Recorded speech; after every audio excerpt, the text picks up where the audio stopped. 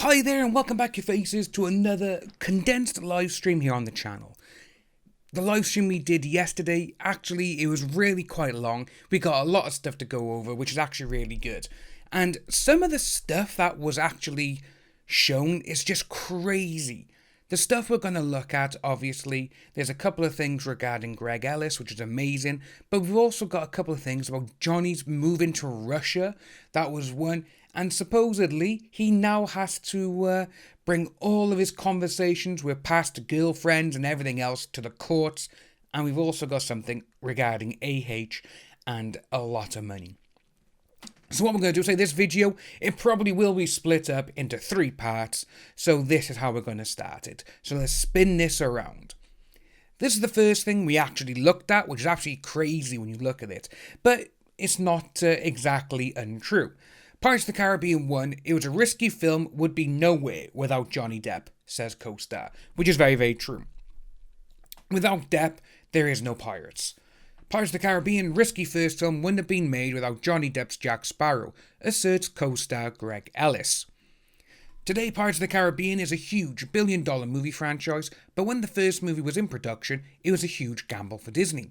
The last movie in the swashbuckling genre was 1995's Cutthroat Island, which was a total box office flop, which it was. It shut down Calico Pictures, and it also basically put the pirate genre and all the swashbuckling epics to the side, because I think it lost something like 160 to 200 million for the company, hence why the Calico was shut down.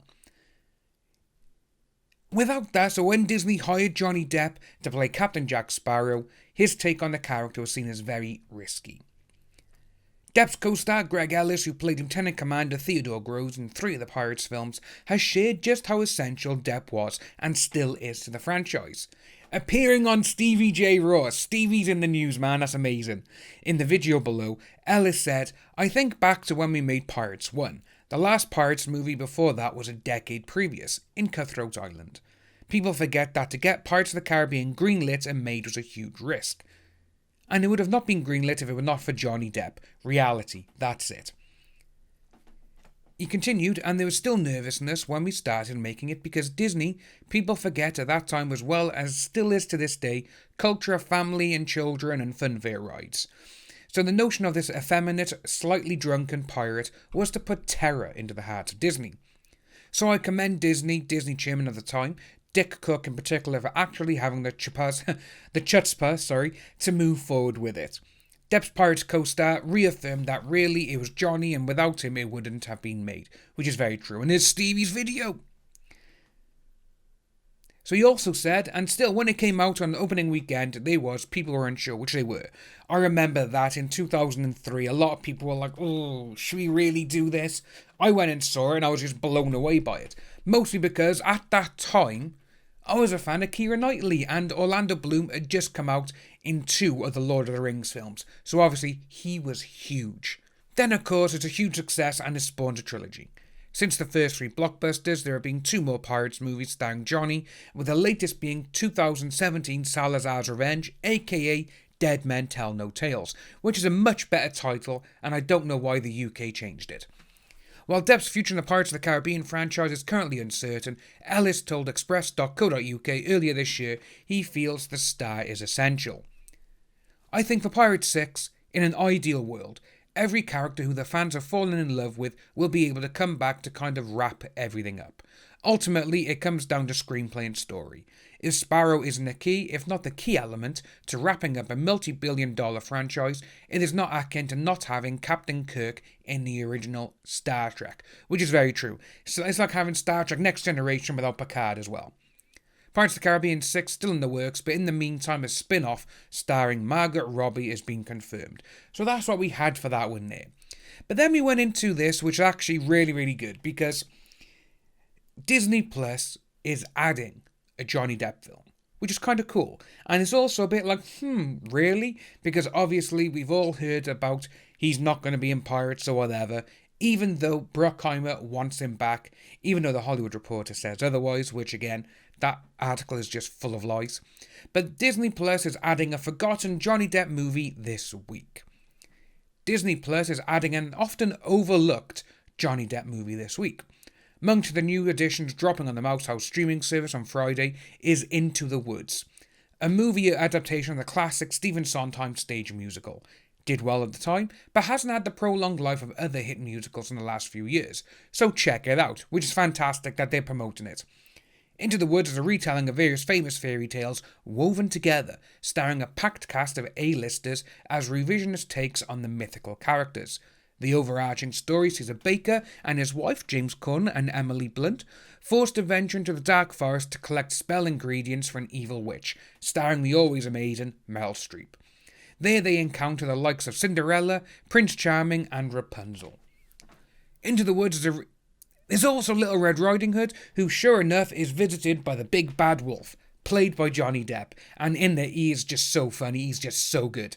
And it says there as well, in a scene-stealing turn as the zoot suit-wearing predator.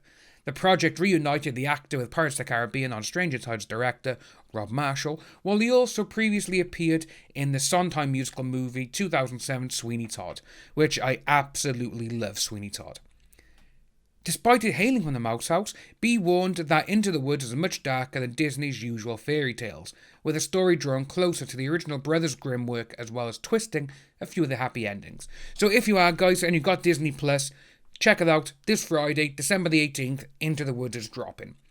But then we kind of went into something else then, which was actually a bit like, what the hell?